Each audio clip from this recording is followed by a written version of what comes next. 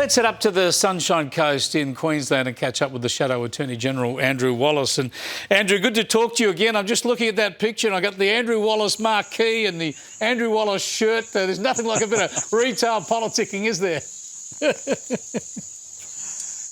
You got to love it. Any day away from Canberra and back in the electorate's a good one, Chris. Is it an easier sell now under Angus Taylor? What's your sense you're getting back from the electorate about the leadership change? Well, you know, there's discussion around leadership change. There's a lot of concern around other issues, lack of infrastructure on the Sunshine Coast. We've had 25 groups through the listening post this afternoon.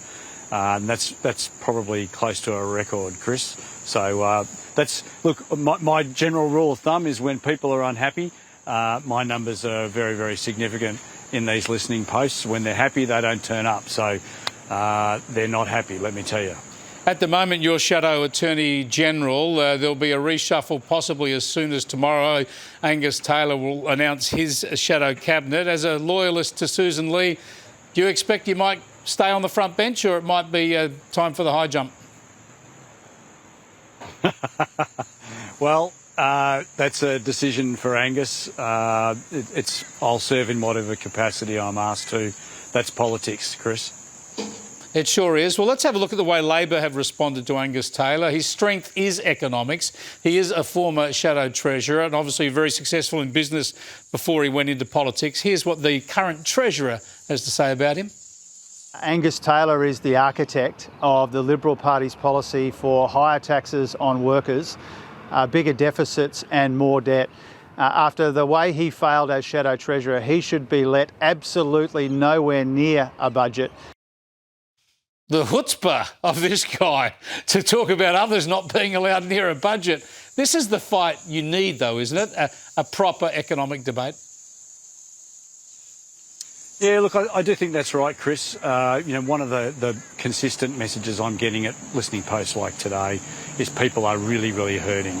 They're working 2 jobs, sometimes 3 jobs, just to try and make ends meet.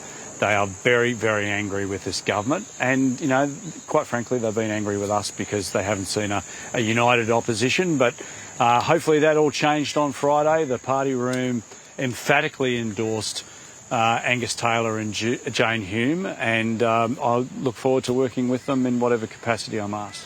Now, last week we saw that violence at the protest in Sydney's town hall against the visit of Israeli President Isaac Herzog.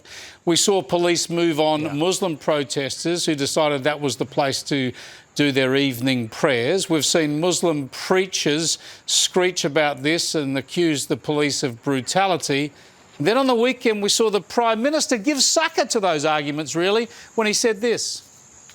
I am concerned. I'm concerned that the great deal of hurt which the Muslim community are feeling about the disruption of prayers, I understand that, and I think that is something that needs a full explanation.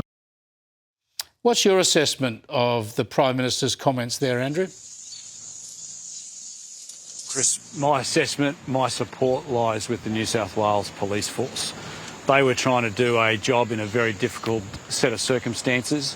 When I first read and heard what the Prime Minister said then, I thought maybe he was talking about something totally different because, as a Catholic, if I was at a street demonstration and I decided to get down on my knees and start praying, I wouldn't expect police to treat me any differently to any of the other protesters if they were breaking the law.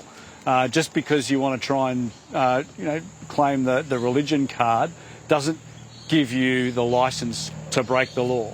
And those protesters were being asked to move on by police. They were trying to effectively run the gauntlet, move out of the area in which had been designated by New South Wales Police. So therefore we're breaking the law in so doing.